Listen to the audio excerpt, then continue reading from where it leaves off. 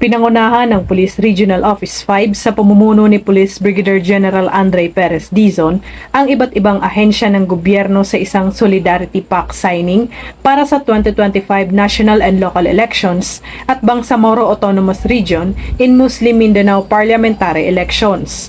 Kasabay din nito ang paglulunsad ng 100 days operational activities na ginanap nito lamang Pebrero 5 taong kasalukuyan sa Pro 5 Grandstand Camp Bijan Simeon A. Ola, Legazpi City.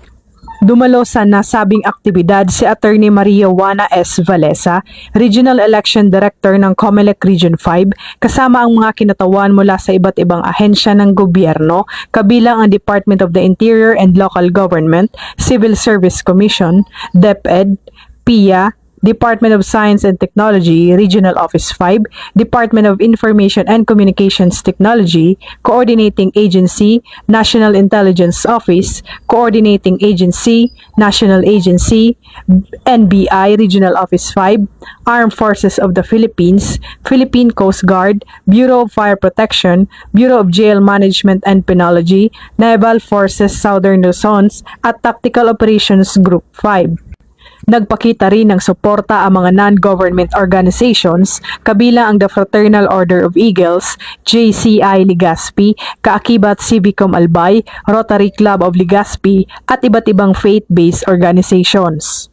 Ang Solidarity Pact signing ay nagsilbing mahalagang plataporma upang pagsamasamahin ang mga ahensya ng gobyerno, mga partidong pampolitika, mga organisasyon ng lipunang sibil at mga katawan ng halalan sa isang pinag-isang pangako na itinaguyod ang demokrasya, transparency at kapayapaan sa buong proseso ng elektoral.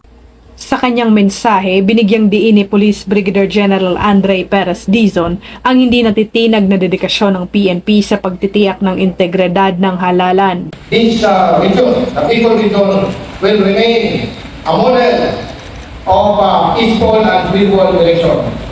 To maintain our cause, rest assured that Hero 5 is one of your partners that your mandate, we will support the mandate of the COMELEC.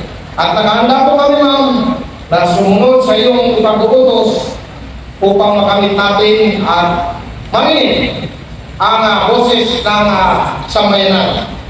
Dahil ang boses ng sambayanan ay boses ng Panginoon. So, kapag sama-sama, kaya-kaya natin ito. Dahil sa bagong Pilipinas, ang National Police, maraming salamat po. Mula dito sa Legazpi City, Albay, ako ang inyong PNN correspondent, Patrolwoman Vanessa Sol, alagad ng batas, tagataguyod ng Balitang Pulis.